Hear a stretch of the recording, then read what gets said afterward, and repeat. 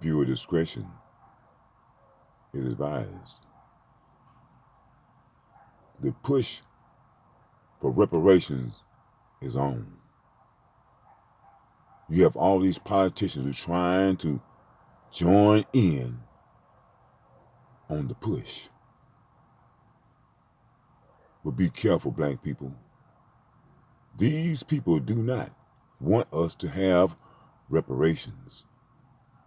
What their job is to make sure that we do not get reparations. The topic of reparations seems to come up every 10 or 20 years. But this particular year, it seems to have some power behind it. And now you have people like Nancy Pelosi, Kamala Harris, who's speaking about reparations. But these people are not worthy. If Kamala Harris is not worthy of reparations, we're talking about African descendants of slaves. We're not talking about the Johnny-come-latelys, the ones who have not experienced the black experience. But you have all these people who want to come in and join in and think they're going to receive some of the funds. You have people who want to come in and be over the funds. I heard talk about they want to use the money for some college fund. No, you use your part of the reparation for college funds. Don't tell me what to do with my part of the money that my family has died and bled for. It's not for no damn college fund for you to be in control over and for you to use it for me not to get.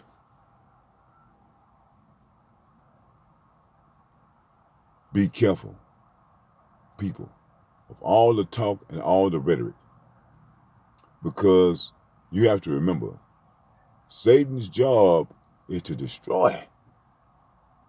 Every time a black person starts something, white people come in and destroy it. Here in Houston, we used to have the biggest Juneteenth celebration. But when white people started getting involved, they killed it. Remember the guy, Famous Amos, Cookie Man? When they bought him out, they destroyed his brand. Now you can go get his cookies 2 for $1 a pack. They destroyed it. As with their plans to destroy the movement for reparations. They want to come in, tell me we want to assist you. We want to help you. Yeah, you deserve it. Well, why are you just now stating that fact? Are we just now needing it? If they really were concerned with the well-being of black people and us having reparations, look at our neighborhoods. Look at our schools. We don't have any hospitals. We don't have any banks. We're still at the bottom of the totem pole.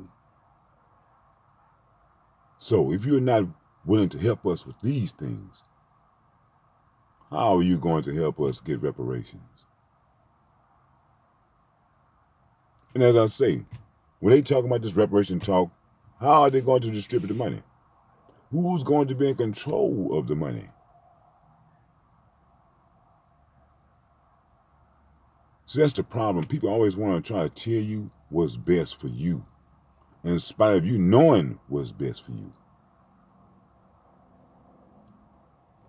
What good is a college fund when you leave college, get your degree, and you can't find a job in that particular field?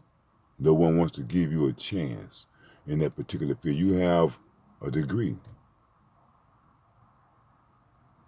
There's too much being put into a college education. And a college education is good. But what good is it if I'm not allowed to use it? We need the freedom to govern our own lives. So that means we need power. Because without power, how can we govern our own lives when someone else can come in and tell you not to do this or that? And when it comes to the reparations and who's going to receive reparations, you have all type of people who are trying to jump on the bus. People who have dark skin but never identified as black. Now all of a sudden you want to be African. But just 2 weeks ago you were biracial. You people are not entitled. You people, if you do get something, it should be the scraps. My mother and father were black. My grandparents, black. Great-grandparents, black. Great-great-grandparents, black. And so on and so forth. Mine were slaves, sharecroppers. Mine went through Jim Crow. Mine marched. Mine protested for people that looked like them that they did not even know.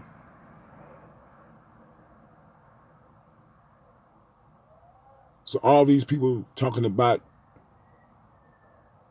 that they deserve it because their dad was black or their mom was black, but you yourself, you don't live black.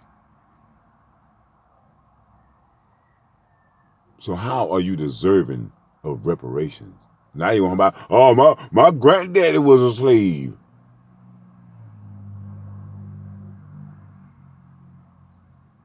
So as I say, you're going to have a lot of people now, Hispanics and Africans and everybody talking about that they deserve reparations.